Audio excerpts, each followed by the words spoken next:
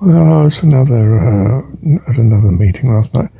It's the philosophy, well, it's not called philosophy group, it's called Big Questions.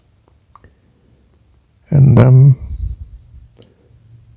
they were considering how you cope with major difficulties. And from there, we very quickly got on to people that commit suicide, I suppose, as the epitome of not coping with, suicide's caused through perceived great difficulty, isn't it? It might be, and we considered almost exclusively that suicide from the point of view of great loneliness, isolation in particular, and considered, of course, the usual, I suppose, whether people are getting more isolated in the 21st century, or whether there was some strand of interest in perhaps we've always been isolated.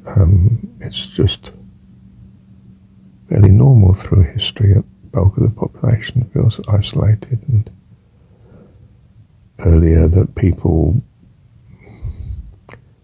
may not have seemed isolated but did feel it. You can be apparently part of the group, but from other people's point of view, but from your point of view, you don't feel you belong and part of it, part of the community.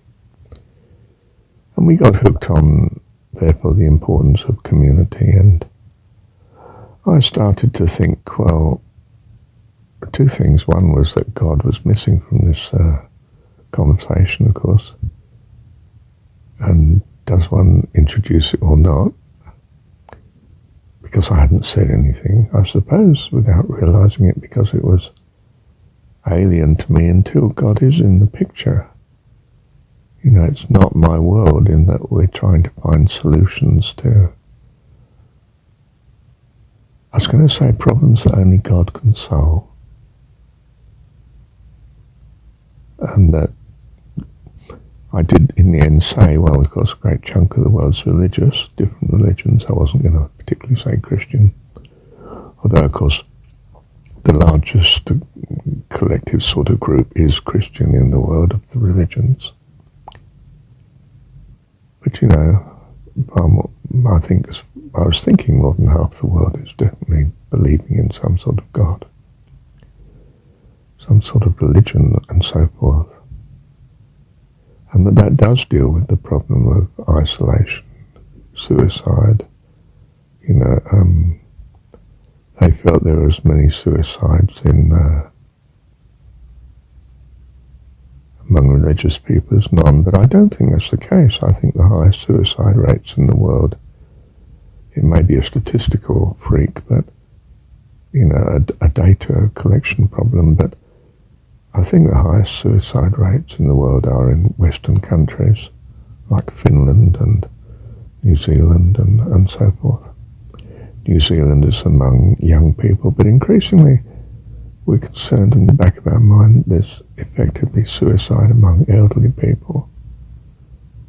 Of course, there may have always been, and it may be very hard to collect the data on such, because well, he was elderly, he faded, but did he just take an overdose or not, deliberately?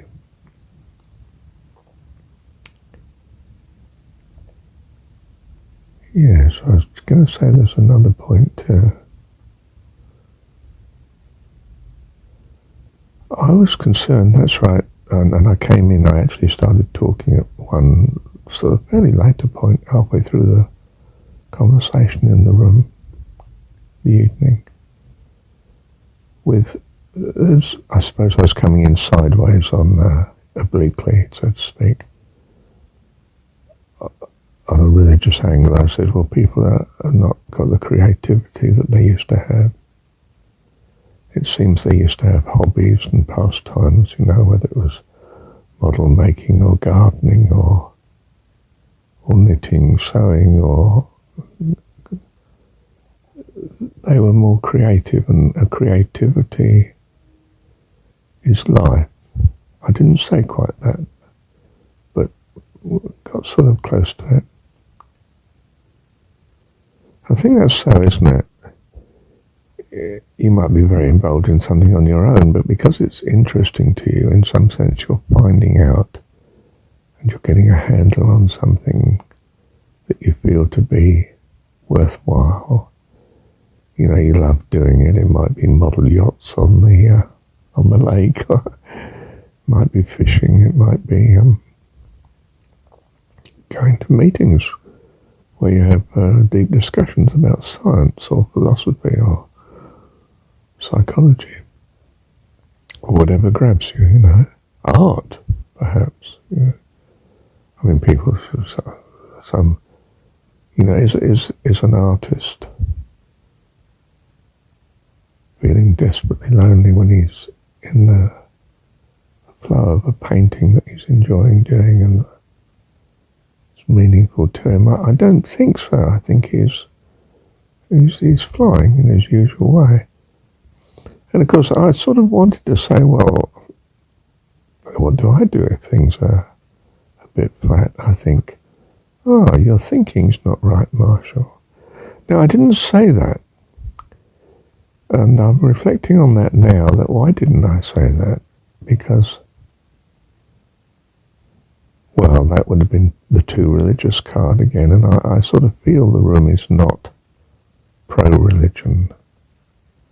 It sort of tries to tolerate it and live with it, but because there are a few marginals that are or have been religious and still are of a religious mind, you know. And they want to tolerate them because they want a fellowship with each other, but it's not their natural sort of inclination.